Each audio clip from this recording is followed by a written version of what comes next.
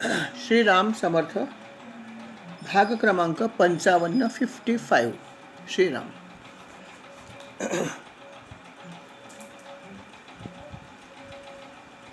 राजा जो आहे परीक्षित राजा हे सगळं ऐकतोय आणि ऐकत असताना अर्थात त्याची प्रश्न सुरूच होते.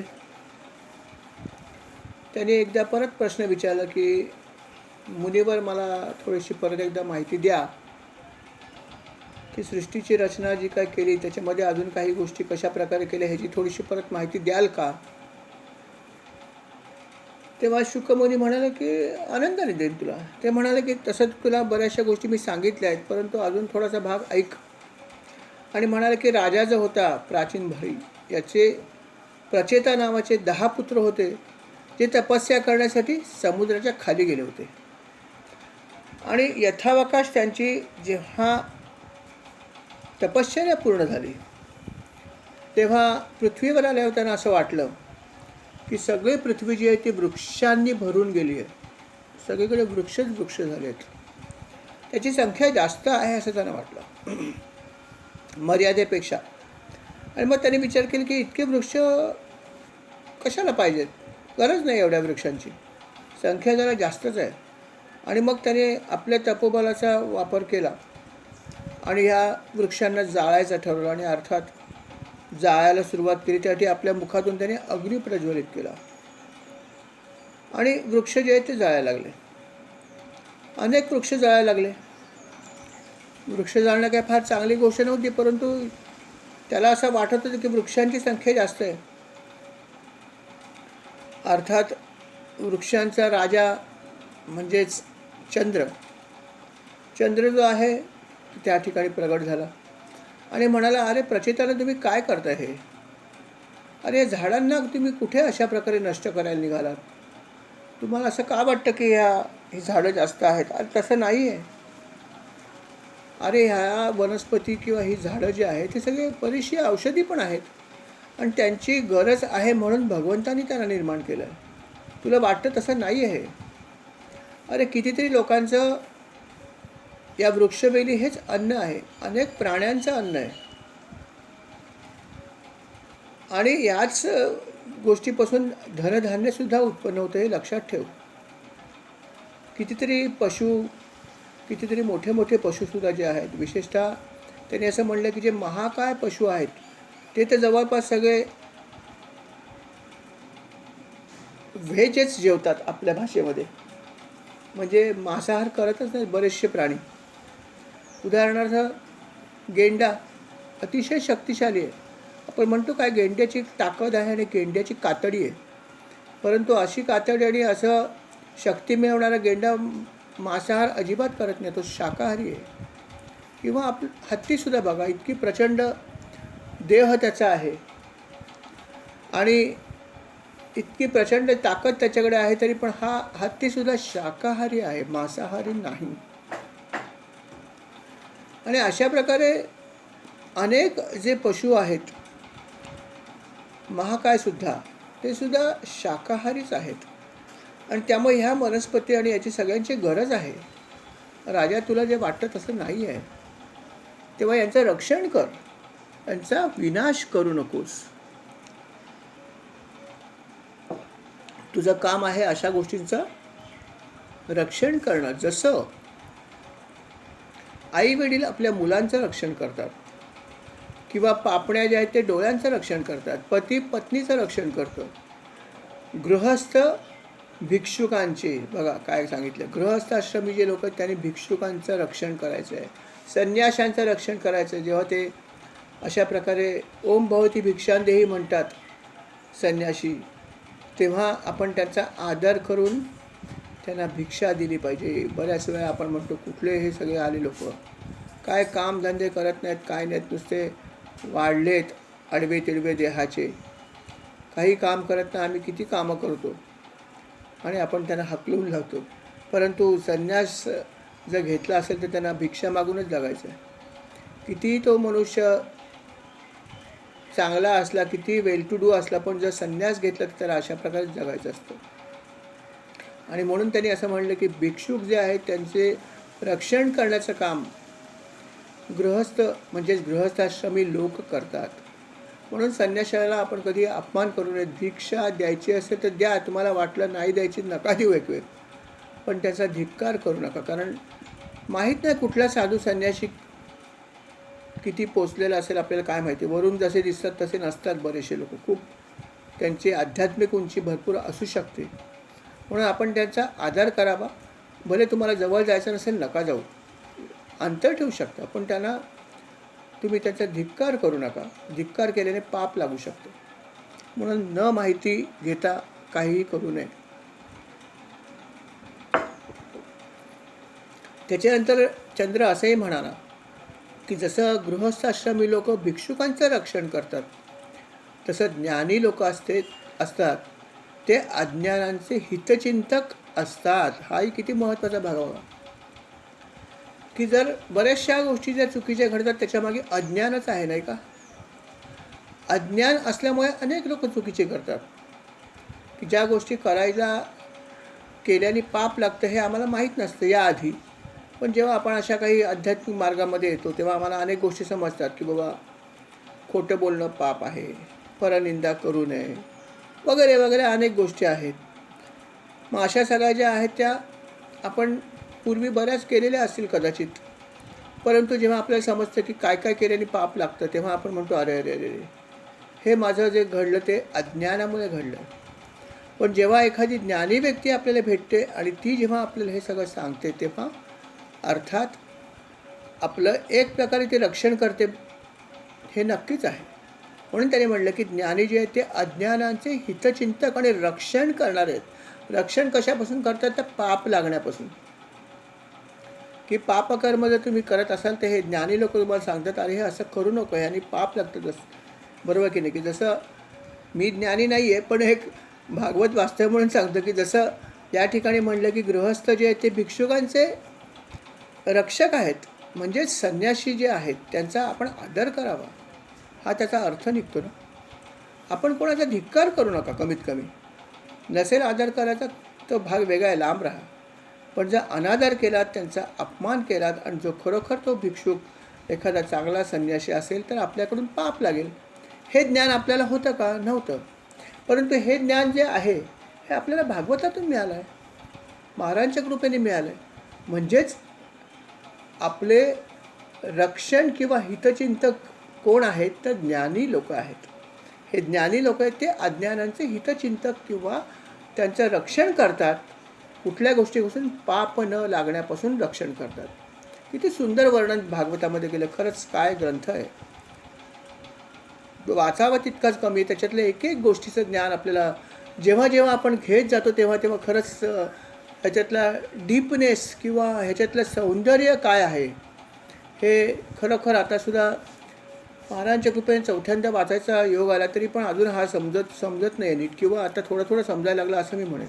की किती याच्यामध्ये ज्ञान आहे आणि किती सौंदर्य आहे याच्यामध्ये, कितीतरी गोष्टी आहेत खरंच. आणि अशा प्रकारे चंद्राने अतिशय सुंदर प्रकारे ह्या राजाची समजूत घातली की बाबा रे तुझं काम आहे रक्षण करणं, अशा प्रकारे तुला हा विनाश करता कामा नये.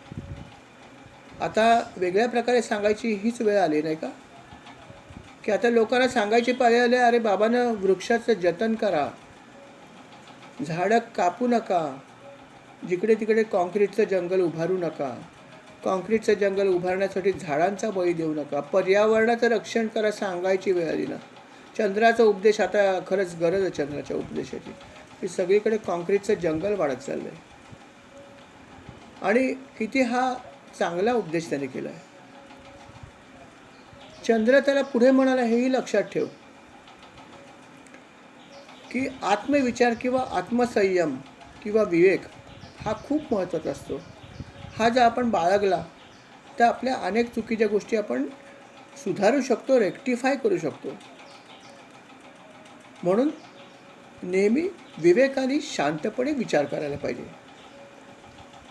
म्हणून हे राजा तू या वृक्षांचा नाश करू नकोस, त्यांचं रक्षण कर, त्यामुळे नक्कीच कल्याण तुझंही होईल आणि पृथ्वीचं पण होईल, सर्व जीवांचं होईल.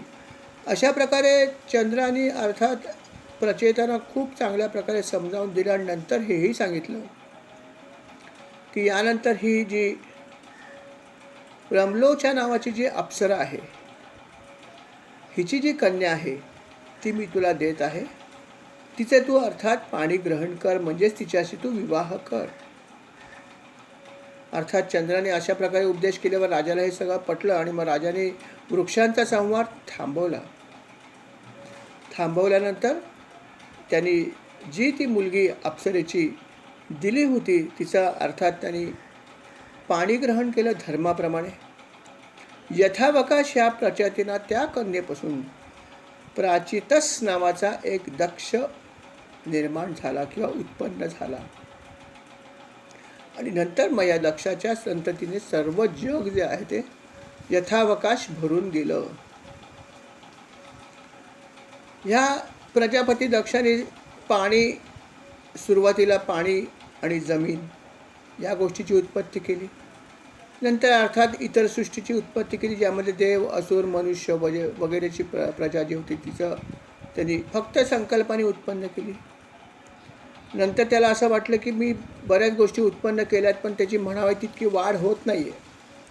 तेव्हा त्यांनी ठरवलं की वाढ होण्यासाठी एकच करावं लागेल, ते म्हणजे काय, तपश्चर्या. आणि मग त्यांनी अघर्मशण नावाचे एक अत्यंत श्रेष्ठ असं तीर्थ आहे, तिथे तो गेला.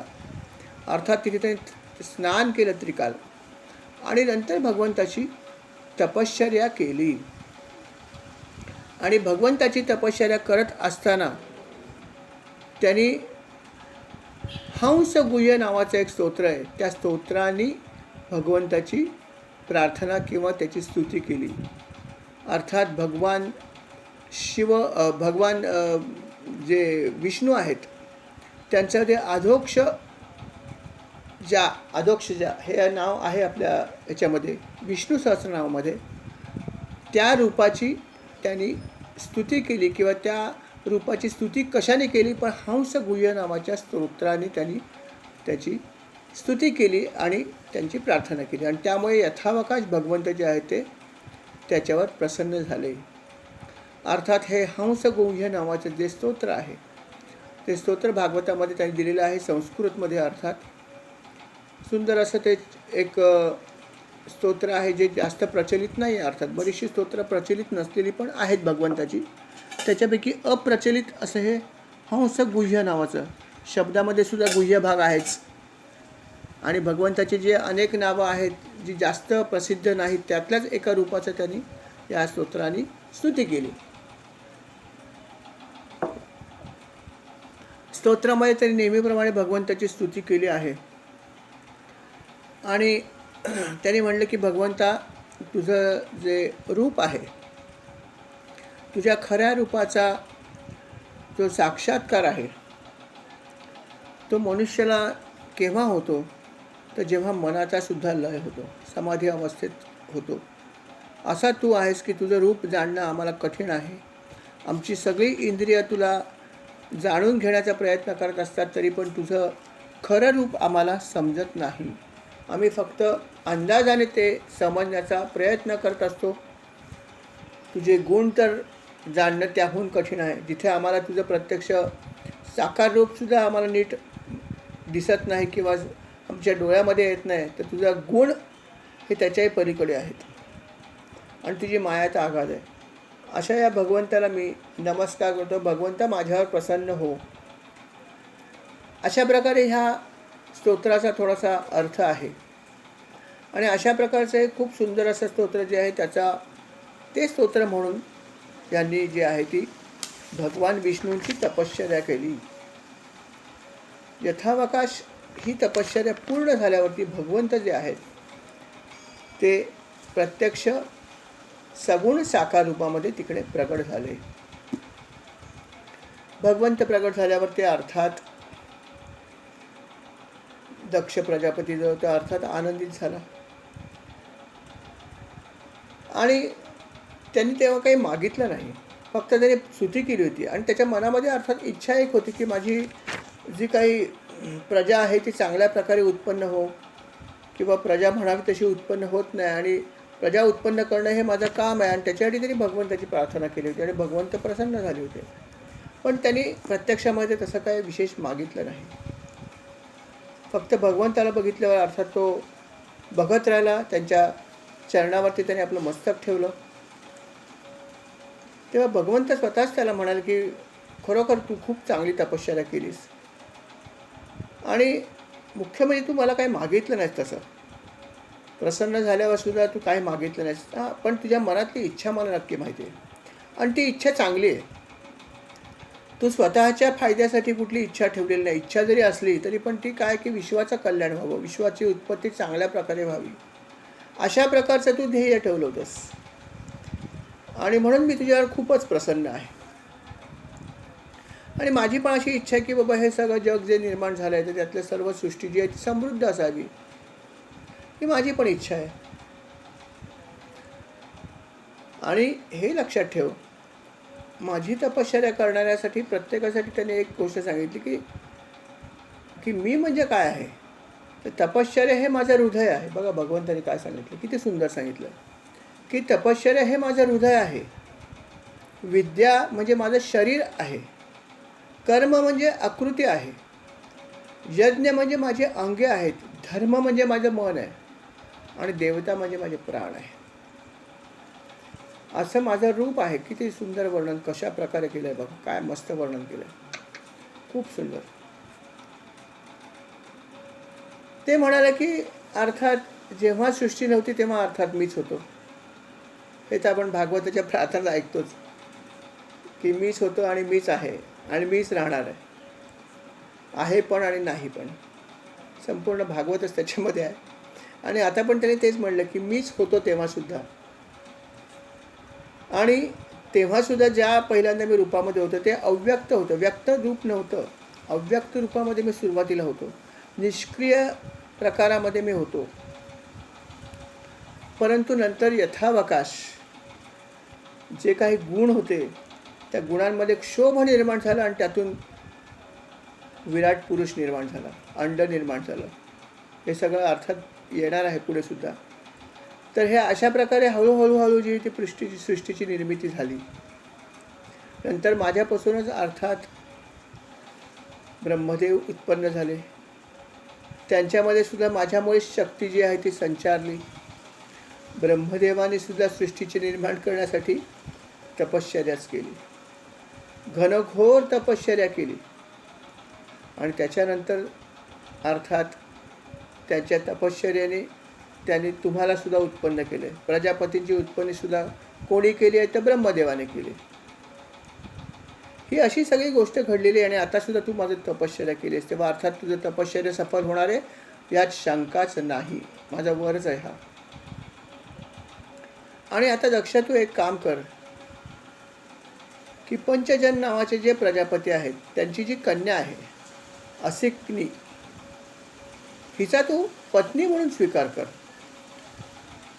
आणि अर्थात जेव्हा तू हिचा स्वीकार करशील पत्नी म्हणून, त्याच्यानंतर माझ्या आशीर्वादाने या स्त्रीपासून अर्थात तू प्रजेची उत्पत्ती करशील. आणि अर्थात ती सगळी प्रजा जी आहे ती खूप चांगल्या प्रकारची प्रजा होईल आणि ती माझ्या सेवेमध्ये तत्पर राहील. तुला जी अपेक्षा होती की प्रजेची उत्पत्ती भरपूर व्हावी, चांगल्या प्रकारे व्हावी, ही इच्छा आता पूर्ण होईल. पण त्यासाठी तू ह्या स्त्रीचा सहवास कर किंवा ह्या कन्येशी तू विवाह कर, तिचा पत्नी म्हणून तू स्वीकार कर. अर्थात दक्ष प्रजापती यासाठीच तर सगळं केलं होतं आणि म्हणून त्यांनी अर्थात त्याप्रमाणे हे सगळं केलं. भगवंताला त्यांनी नमस्कार केला, म्हणला भगवंता बस तू जे म्हणशील ते मी करणारच आहे असं म्हणून त्यांनी फक्त वर बघितलं आणि भगवंत अदृश्य झाले होते. भगवान जे आहे ते अंतर्धान पावले होते. अर्थात त्याचं काम झालं होतं. त्यांनी ही जी भगवंतांनी सांगितली होती त्याप्रमाणे पंचजनाची जी कन्या होती असिक्नी, हिच्याशी यथावकाश त्यांनी विवाह केला, पाणीग्रहण केलं. त्यानंतर यथावकाश त्याला पुत्र झाले. तिच्यापासून 10,000 पुत्र झाले. आणि हे सगळे 10,000 पुत्र होते. त्यांचं नाव होतं हर्यश्व. सर्वांचं नाव एकच होते, हर्यश्व. आणि हे सर्व पुत्रांचं वैशिष्ट्य एक होतं की सगळे एक प्रकारचंच त्यांचं आचरण आणि स्वभाव होता. 10,000 स्वभाव एकसारखा असणं कठीण नाही का? असं तर आपण बघतो, भाऊ बहिणीत सुद्धा फरक असतो, भावाभावात फरक असतो. एक शांत तर दुसरा क्रोधिष्ठ असतो, एक लोभी असतो तर एक निर्मोही असतो. असे अनेक आपण बघतो घरामध्ये की एकाच घरामध्ये भाऊ बहीण असतात, पण प्रत्येकामध्ये जमीन आसमानाचा फरक असू शकतो. पण या ठिकाणी बघा, 10,000 पुत्र निर्माण झाले, पण सगळे एकाच आचरणाचे व एकाच स्वभावाचे, हे वैशिष्ट्य. अर्थात त्याचं कारण होतं भगवंताचा आशीर्वाद. भगवंताच्या आशीर्वादामुळे हे सगळे एक प्रकारचेच झाले, कारण एक प्रकारचे झाल्यानंतर काम कसं होणार. आणि म्हणून हे सगळे एका आचरणाचे आणि एका स्वभावाचे होते. यथावकाश हे पुत्र जेव्हा योग्य वयाचे झाले, तेव्हा त्याच्या वडिलांनी त्यांना सांगितलं की आता मी तुम्हाला आज्ञा देऊ इच्छितो की तुम्ही संतान उत्पत्ती करा. अर्थात हे प्रजापतीचं कामच होतं. तेवढ्याआधी त्याने एवढी तपश्चर्या केली होती आणि अर्थात त्याचे जे पुत्र होते ते आनंदाने म्हणाले की नक्की आपल्या आज्ञेचं आम्ही पालन करू. आणि मग त्यांनी तिथून प्रयाण केलं. कुठे प्रयाण केलं? पश्चिम दिशेकडे केलं. पश्चिम दिशेला सिंधू नदी जी आहे ती आणि समुद्राच्या संगमावर नारायण सरोवर नावाचं एक श्रेष्ठ असं तीर्थ, त्या ठिकाणी तिथे अनेक सिद्ध पुरुष आणि मुनी तपश्चर्या करतात. अशा या ठिकाणी तो गेला आणि त्यांनी अर्थात या पवित्र सरोवरामध्ये स्नान केलं.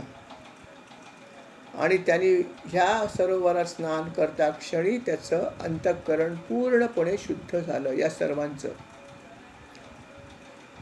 बघा, त्यांना निर्मिती जेव्हा करण्याची आज्ञा दिली, त्यांनी पहिल्यांदा काय करायचं ठरवलं? तपश्चर्या. की मला बाबांनी सांगितलं ना निर्मिती करायची, पण निर्मिती करण्यापूर्वी चांगली व्हायला पाहिजे, म्हणून तपश्चर्या केली. किती महत्त्वाचा भाग आहे बघा. आणि त्यानंतर अर्थात जेव्हा त्यांनी या नारायण सरोवरामध्ये स्नान केलं, तेव्हा त्यांचं शुद्ध झालं सर्व चित्त आणि त्यांना संन्यास घ्यायची इच्छा निर्माण झाली. संन्यास घ्यायची इच्छा निर्माण झाली तरीसुद्धा त्यांनी पित्यांनी जी आज्ञा दिली होती ती त्यांच्या लक्षात होती. आणि म्हणून त्यांनी विचार केला की नाही, संन्यास तर काय घ्यायचा नाही, पण थोडे अजून तपश्चर्या आपण करूया. तपश्चर्या करायची इच्छा आहे ती करायला हरकत नाही. म्हणून त्यांनी तपश्चर्या मात्र करीत ते राहिले.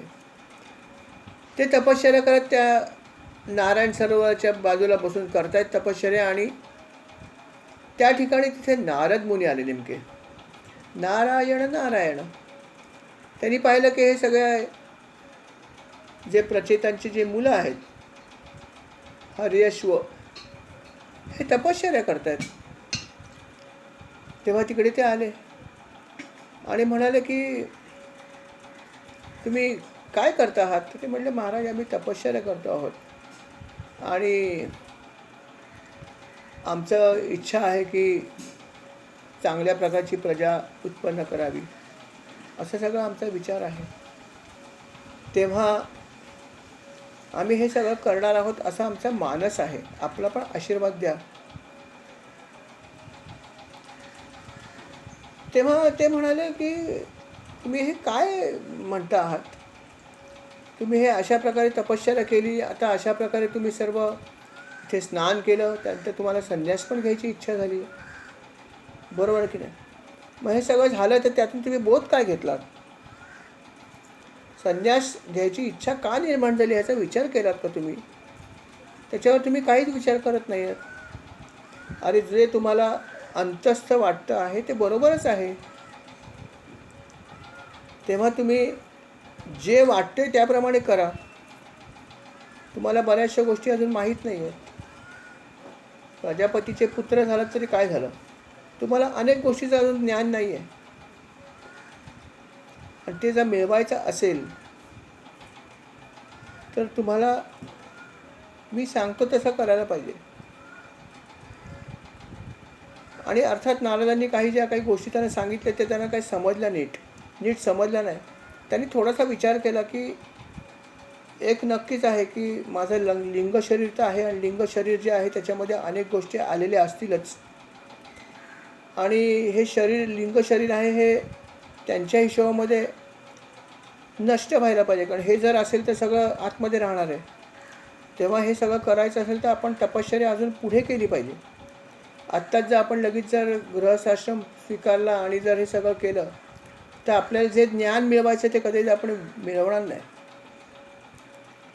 आणि म्हणून आपण जे मुनी म्हणत आहेत त्याप्रमाणे थोडासा तपश्चर्या जी आहे ती अशीच ठेवली पाहिजे आणि हेच करत राहिली पाहिजे. किंबहुना आपल्याला बऱ्याच गोष्टीचं ज्ञान मिळवायचं असं जे मुनींनी सांगितलं ते बरोबरच आहे. आणि म्हणून आपण इथे तपश्चर्या करतच राहूया.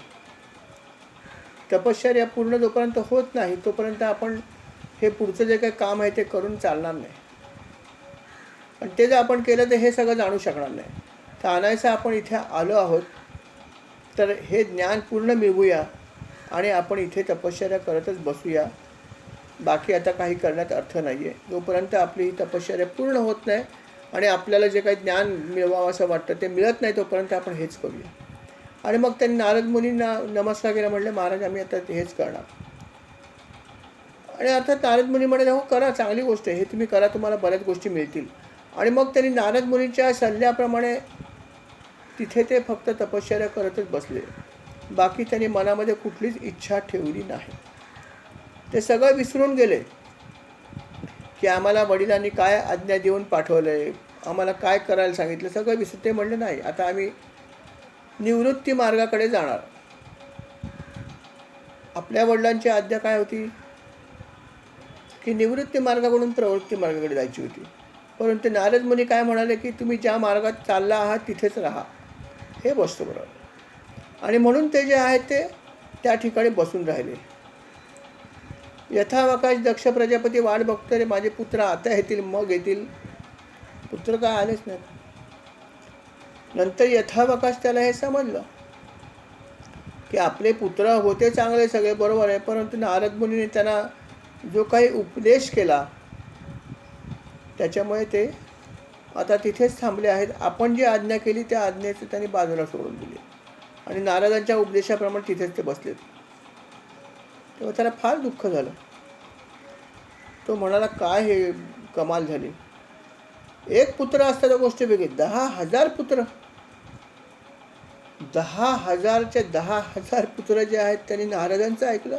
एकाही पुत्राला असं वाटलं नाही की माझं ऐकावं, एकाही पुत्राला असं वाटलं नाही की मी काय सांगितलं ते करावं. किती खेदाची गोष्ट आहे. त्याला खूपच दुःख झालं आणि मग त्याला व्याकुलता आली आणि तो म्हणाला की खरोखर आपण म्हणतो संतान पाहिजे संतान पाहिजे, परंतु कधी कधी चांगलं संतान म्हणायला असतं पण त्याचाही आपल्याला काही उपयोग होत नाही. कारण आपल्या मनातली इच्छा आपले संतान कधी कधी पूर्ण करत नाही. असं बऱ्याच वेळा होतं नाही का की आपला मुलगा आणि आपली मुलगी आपल्या मनात काही इच्छा असतात, त्याने अमकं शिकावं, त्याने अमकं व्हावं, डॉक्टर व्हावं, इंजिनियर व्हावं, अजून काहीतरी, तो काहीतरी वेगळंच घेतो ध्यास, काहीतरी वेगळंच करतो आणि तेव्हा आपल्याला खूप दुःख होऊ शकतं, जे व्हायला नाही पाहिजे पण होतं. आणि मग कधी कधी ते इतकं दुःख होतं की म्हणतो कशाला हा पुत्र झाला, मला नसता झाला तर चालला असता, काय करतोय हा वगैरे वगैरे, असे अनेक गोष्टी होतात. आणि या ठिकाणी याला पण तेच वाटलं. दक्ष प्रजापतीला वाटलं 10,000 पुत्र मिळवले मी, एवढे तपश्चर्या करून व्यर्थ झालं सगळं, सगळे नारदाने फिरवले आणि आता ते सगळे निवृत्ती मार्गाकडे गेले, काय म्हणायचं आता.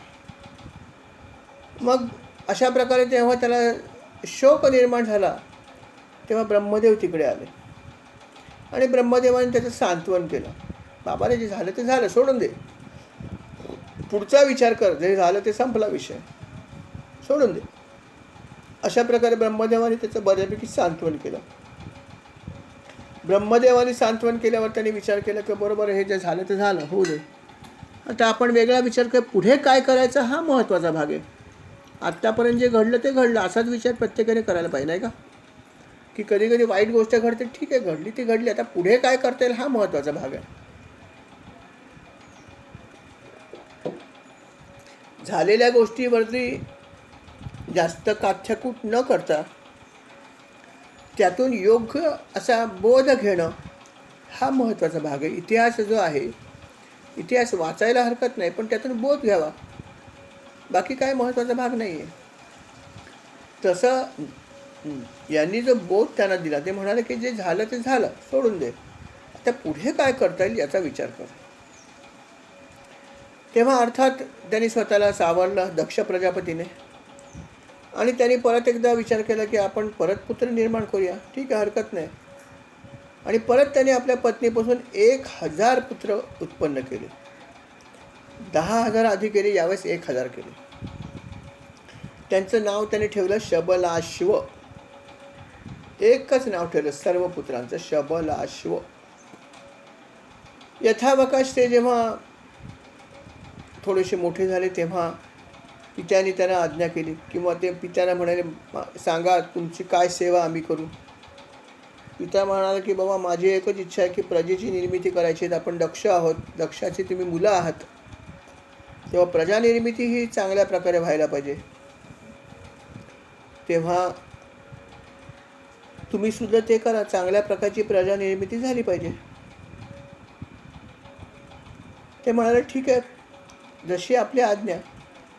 अर्थात त्यांनी पण हेच ठरवलं की आपण तपश्चर्या केली पाहिजे, त्याशिवाय चांगली प्रजा कशी निर्माण होणार. आणि तपश्चर्या करण्यासाठी ते परत त्याच ठिकाणी गेले, नारायण सरोवरावर, जिथे त्यांचे आधीचे बंधू गेले होते. त्याच सरोवरावर, नारायण सरोवरात ते गेले. तिथे ह्या शबलाश्व नावाच्या 1000 मुलांनी त्या पवित्र सरोवरामध्ये स्नान केलं. आणि स्नान करता क्षणी ते सरोवर इतकं पवित्र होतं की त्यांचं अंतःकरण पूर्णपणे शुद्ध झालं. सगळे दोष जे काही असतील नसतील ते सगळे नष्ट झाले. त्यांच्या मनामध्ये सुद्धा एक प्रकारे असं समजा की थोडंसं वैराग्य आलं. अर्थात वैराग्य आल्यावर त्याने तपश्चर्या मात्र त्यांनी तिथे सुरू केली. कठोर अशी तपश्चर्या त्यांनी करायला सुरुवात केली. काही महिने त्यांनी फक्त पाणी प्याले आणि तपश्चर्या केली. नंतर काही महिने त्यांनी फक्त हवा जी आहे ती घेतली, हवेवर फक्त राहिले. आणि अशा प्रकारे अत्यंत कठोर अशी त्यांनी तपश्चर्या केली त्या नारायण सरोवराच्या काठावर.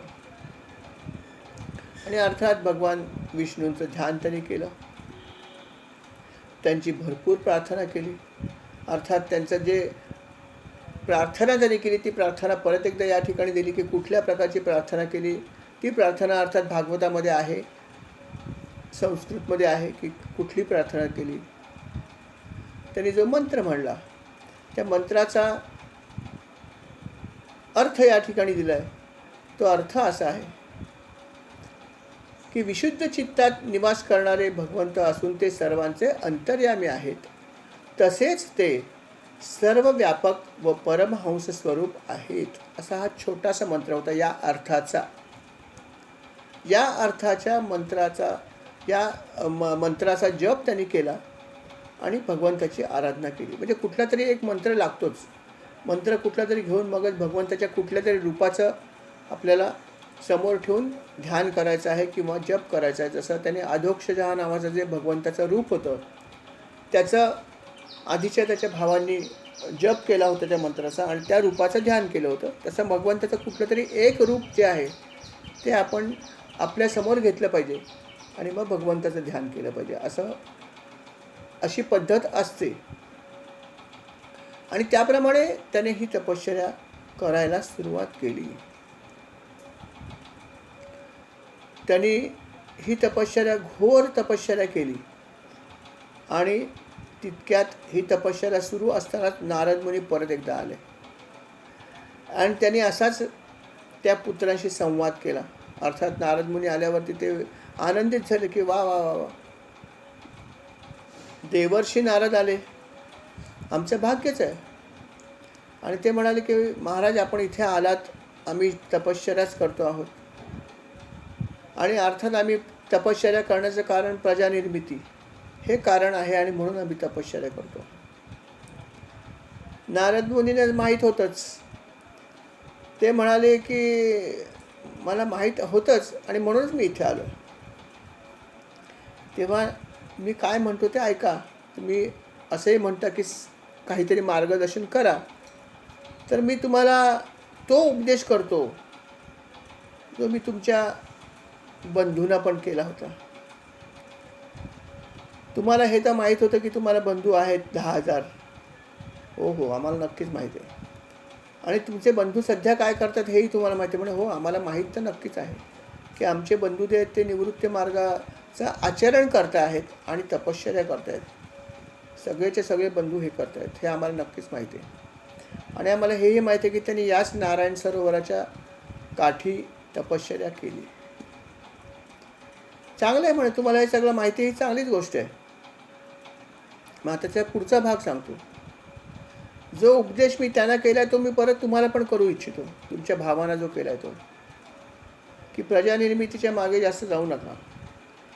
हे करण्यापेक्षा तुम्ही तुमच्या मनात जी इच्छा होईल ती गोष्ट करा. ती म्हणजे तुम्ही हे तप असंच करत राहा आणि निवृत्ती मार्गाकडे जा, असं मला वाटतं. मी जेव्हा तुमच्या भावांना हे सांगितलं त्याने ते पटलं. किंबहुना त्याच्या मनामध्ये अशीच इच्छा होती. फक्त मी त्याला असं म्हणू शकता की त्या गोष्टीला मी त्यांच्या मनात आणलं, पण मनात त्यांच्या होतीच इच्छा. मी त्याला वर आणली त्या इच्छेला, इतकंच केलं. आणि म्हणून मी तुम्हालाही हेच सांगू इच्छितो की जो उपदेश मी केला त्यांना तोच तुम्हाला मी करतो की तुम्हीसुद्धा तुमच्या बंधूंना, ज्येष्ठ बंधूंना तुम्ही जे आहे त्यांचं अनुकरण करा. आपल्या भाषेत फॉलो हिम. तुमचं तुमच्या बंधूंवर प्रेम आहे आणि तुमच्या बंधूंना तुम्ही आदर्श पण मानता आहात ना, आणि म्हणून तर तुम्ही नारायण सरोवरात आलात. तर मग आता तुम्ही तुमच्या बंधूंच्या मार्गावरच जावं, किंबहुना त्यांच्या मार्गाचंच अनुकरण तुम्ही करा. आणि हेही लक्षात ठेवा की जे धर्म मानतात ते नेहमी आपल्यापेक्षा ज्येष्ठ अशा बंधूंचं किंवा भगिनींचं आचरण जे आहे त्याचा अनुयायी बनतात किंवा त्याचं अनुकरण करतात. तेव्हा तुम्ही तुमच्या बंधूंचं अनुकरण करा आणि तो तुमचा श्रेष्ठ असा भाग असेल धर्माचा. आणि असं जर तुम्ही केला तर तुम्हाला प्रचंड पुण्यसुद्धा लागेल. तेव्हा तुम्ही असं करावं असं मला वाटतं. असा उपदेश नारद मुनींनी शबलाश्वांना सुद्धा केला. या 1,000 पुत्रांना नारद मुनींनी अशा प्रकारे सल्ला दिला की तुम्ही हे करा. आणि अर्थात नारद मुनी तिथून निघून गेले. नारायण नारायण अंतर्धान पावले. सर्वच्या सर्व 1,000 या शबलाश्व नावाची जी त्यांची मुलं होती त्यांनाही असंच वाटलं की नारद मुनींचा उपदेश हा अगदी उचित आहे. आणि म्हणून त्यांनी आपल्या बंधूंच्याच पावलावर पाऊल ठेवायचं ठरवलं. आणि त्याप्रमाणे त्यांनी ठरवलं की आता आपण इथे फक्त या ठिकाणी बसायचं, तप करायचं आणि निवृत्ती मार्गाकडे जात राहायचं, प्रवृत्ती मार्गाकडे जायचं नाही. बस त्यांनी ठरवलं. नारद मुनी तिकडनं अंतर्धान पावले. नारायण नारायण. आणि हे सगळे 1,000 जे मुलं आहेत ते इथे तपश्चर्या करत बसली. बस अशी तपश्चर्या की जिचा अंत नाही, अशा प्रकारची तपश्चर्या. अर्थात हे तपश्चर्या आनंदाने करत होते. आणि इथे असं घडलं की दक्ष प्रजापती अर्थात आपल्या मुलांची वाट बघत होता. आणि त्यावेळेस त्याला काही अपशकुन झाले. तेव्हा त्याला असं वाटलं की नक्कीच काहीतरी विपरीत घडलं आहे. मागच्या वेळेस काय घडलं हे त्याला लक्षात होतं की आपली मुलं जे आहेत तिथे गेली आणि अर्थात नारद मुनीने त्यांना प्रवृत्त केलं निवृत्ती मार्गाकडे जाण्यासाठी. तेव्हा आता काय घडलं असेल त्याने अंदाज केला थोडासा.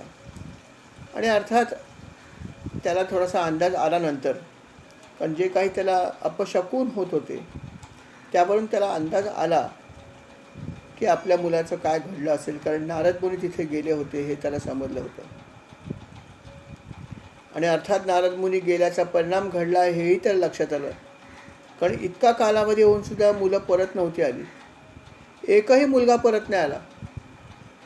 निदान एखाद्याने तरी येऊन सांगावं की बाबा आम्ही येणार नाही आहोत, ते पण सांगायचं औचित्य नाही राहिलं. कुठलाही मुलगा परत आला नाही. सगळे जसे पूर्वी 10,000 पुत्र त्याचे तिकडे जाऊन राहिले, सगळ्या गोष्टीचा त्याग केला, अशीच परिस्थिती आत्ता पण निर्माण झाली. 1,000 मुलं आहेत, एकही मुलगा परत आला नाही, तिथेच थांबले. आणि याला कारण अर्थात नारद मुनी. आणि हे बघितल्यावर मात्र त्याला अत्यंत शोक झाला. म्हटलं आता मी करू काय? याआधी 10,000 मुलांची उत्पत्ती केली होती, त्याच्यासाठी मी तपश्चर्या केली, त्यांना आज्ञा दिली उचित समय, ते तिथे गेले, त्यांनी चांगल्या प्रकारे सगळं करायला सुरुवात केली. आणि नारद मुनीने त्यांना वेगळ्या प्रकारचा उपदेश केला आणि सांगितलं की हे सगळं तू करू नका, निवृत्ती मार्गाकडे जा. आणि ते त्याला भुलले आणि तिथेच तपश्चर्या करत राहिले. मला खूप दुःख झालं होतं, परंतु मला प्रत्यक्ष ब्रह्मदेवाने उपदेश केला आणि सांगितलं की दुःख सोड आणि कर्म कर. परत एकदा मी 1,000 पुत्रांची उत्पत्ती केली. गुणी सगळी माझी मुलं आहेत. यथावकाश तेही तपश्चर्येसाठी गेले, का तर माझ्या आज्ञेप्रमाणे संतती निर्मिती व्हावी म्हणून. आणि इथे परत तीच कथा घडली. नारद मुनीने येऊन माझ्या मुलाने बिघडवलं माझ्या भाषेत, की नारद मुनीने त्यांना मिसगाईड केलं. आपण म्हणतो की मिसगाईड केलं, गाईड केलं पण मिस केलं, चुकीच्या प्रकारचं मार्गदर्शन केलं. आणि म्हणून ते अर्थात कर्तव्यापासून लांब गेले किंवा माझ्यापासून लांब गेले. प्रचंड दुःख झालं त्याला, शोकमग्न झाला.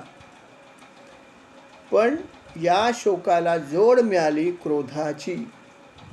यापूर्वी त्याला क्रोध जास्त आला नव्हता, त्याला शोक जास्त झाला होता, शोकाकुल झाला होता. तो सगळ्या गोष्टीपासून च्युत झाला होता, इतका तो शोक त्याला निर्माण झाला होता. पण त्याचा शोक जो आहे तो घालवला ब्रह्मदेवाने. पण यावेळेस घडलं असं की केवळ त्याला शोक नव्हता झाला, तर त्याला प्रचंड क्रोध पण निर्मिती त्याला झाली होती. क्रोध पण त्याला आला होता आणि क्रोध आणि शोक हे एकत्र आले होते. आणि अर्थात त्याचा परिणाम घडला. दक्ष प्रजापतीने विचार केला की आता हे फार झालं, इनफ इज इनफ आपल्या भाषेत. आता मी नाही बघ हे सहन करू शकत. आणि हे सगळं घडवणारी जी व्यक्ती आहे ती नारद मुनी आहे. त्यामुळे नारद मुनी हे खऱ्या अर्थाने अपराधीच आहेत माझे. त्यांनी माझा अपराधच केला आहे आणि म्हणून त्यांना प्रचंड राग आला. आणि तो नारद मुनींना काय म्हणाला बघा, त्याचे शब्द बघा. दक्ष म्हणाला, अरे दुष्टा, तू साधूंचे सोंग घेऊन माझ्या धर्मनिष्ठ मुलांना संन्यासाचा मार्ग दाखवलास. किती वाईट कृत्य केलेस तू. अरे अजून त्यांनी ब्रह्मचर्य ऋषीरून किंवा यज्ञाने देवरून किंवा पुत्रांची उत्पत्ती करून पितृऋण सुद्धा फेडलेले नाही. हे सगळं त्यांचं बाकी असताना सुद्धा तू त्यांना काय उपदेश केला तुलाच माहिती. तू त्यांना अशा प्रकारचा उपदेश केला की हे सगळं त्यांनी न करता फक्त ते तपश्चर्याला बसलेत. परत न येण्यासाठीची तपश्चर्या त्यांची. ते मला विसरून गेलेत पूर्णपणे. माझ्या आज्ञेला तर सोडून द्या, मलाच विसरून गेलेत. आणि हे सगळं तू केलंयस, पापी आहेस तू.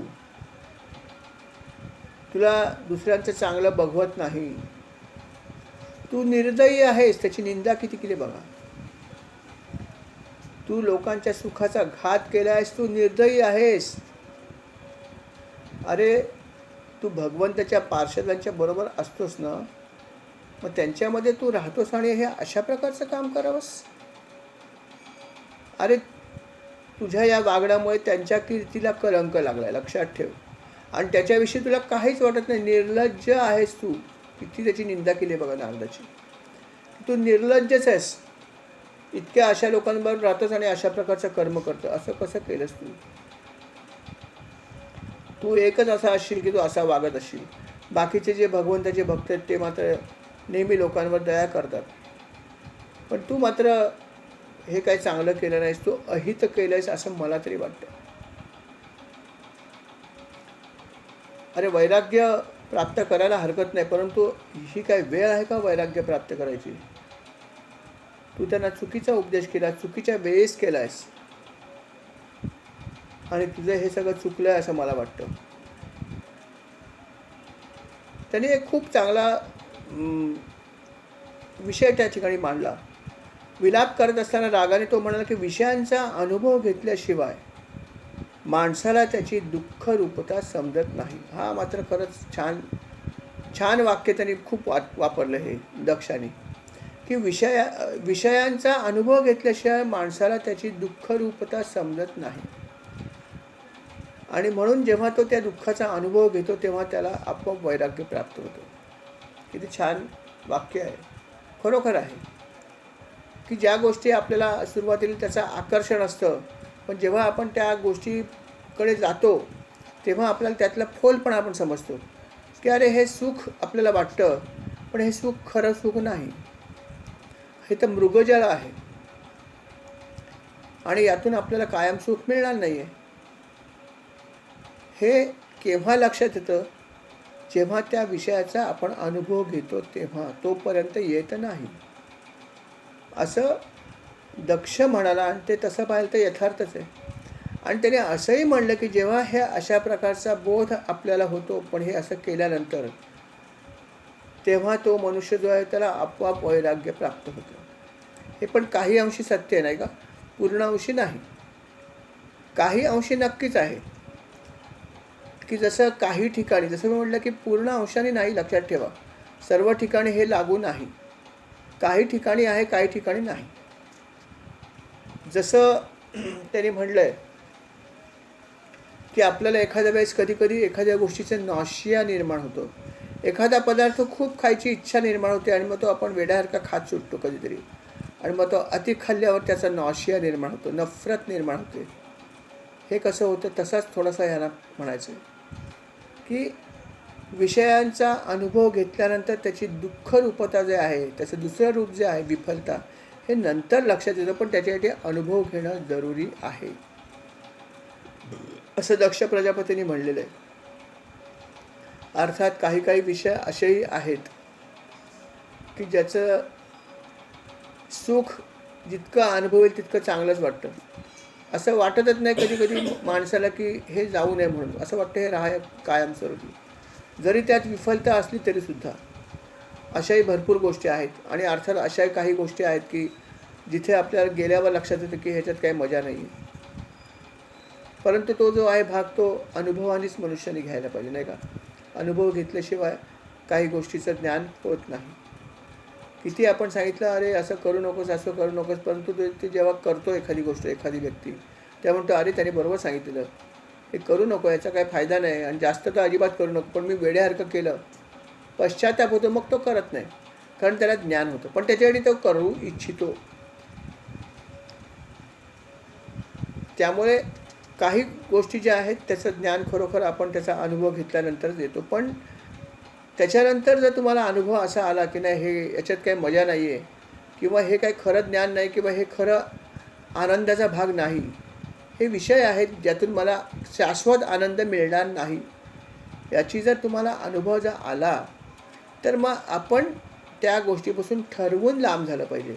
असं क्षणभर वाटतं आणि परत काही वेळाने वाटतं नाही काय हरकत नाही, आईस्क्रीम खाल्लं तर माझा घसा दुखतो, आईस्क्रीम खाल्ल्याने कदाचित एखाद्या व्यक्तीची शुगर वाढत असेल, नाही नाही नाही नाही, फार वाईट रिपोर्ट होतो, नको नको, माझा घसा पण लाल होतो, इन्फेक्शन होतं, नको नको नको.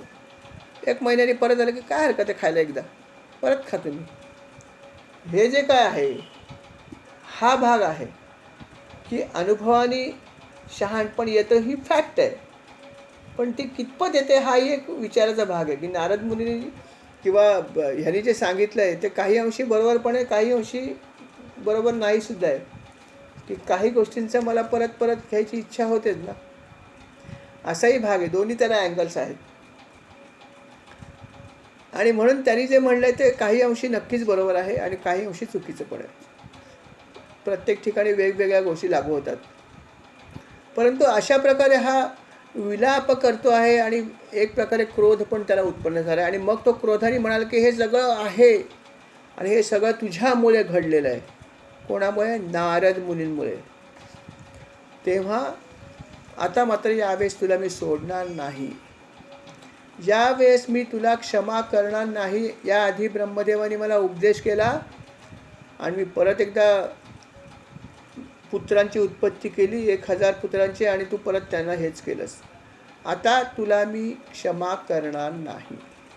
आता तू सगळ्या धर्ममर्यादांचं पालन ची दिशा तू सोडून टाकलेली आहेस, तेव्हा आता तुला मी शाप देणार आहे.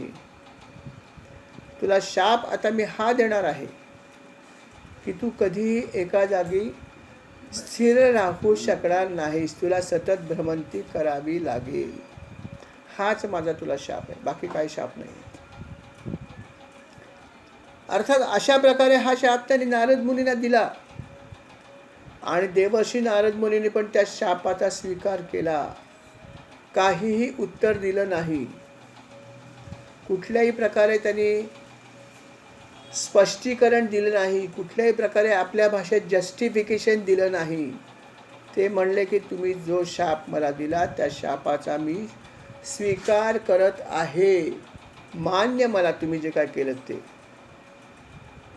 खरं पाहिलं तर शाप दिल्यावरती त्याला दुसरा प्रतिशाप देण्याची शक्ती नारद मुनीमध्ये नक्कीच होती.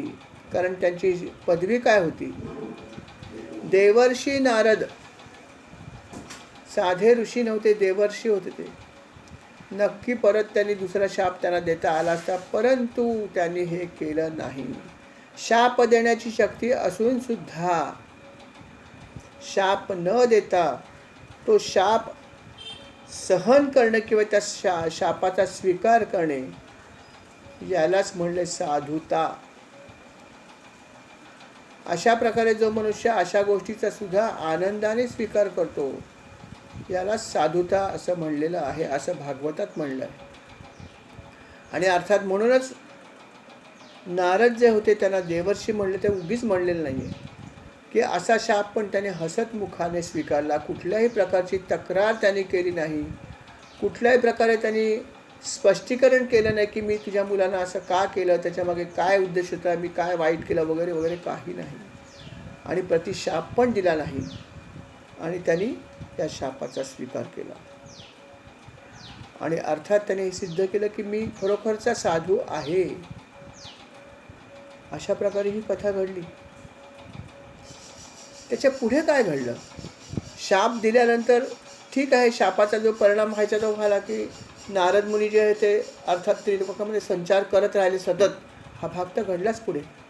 परंतु नंतर मग दक्ष प्रजापतीने काय केलं? कारण 2 वेळा असं केलं, असं घडलं. आता तिसऱ्यांदा त्यांनी ह्याच्यानंतर काय केलं, पुढची त्यांनी कामगिरी काय केली, हे आपण जरूर ऐकूया. परंतु अर्थात पुढल्या भागामध्ये या ठिकाणी हा भाग क्रमांक 55 जो होता समाप्त होत आहे. जी काही सेवा घडली महाराज आपल्या चरणी मी अर्पण करतो आहे. स्वीकार करावा. कळत नकळत चूक झाली असेल तर क्षमा करावी आणि माझ्या आणि आमच्या सर्वांच्या सेवेचा आपण स्वीकार करावा आणि अशी सेवा आम्हा सर्वांकडून करून घ्यावी ही विनंती. श्रीराम समर्थ. श्रीराम.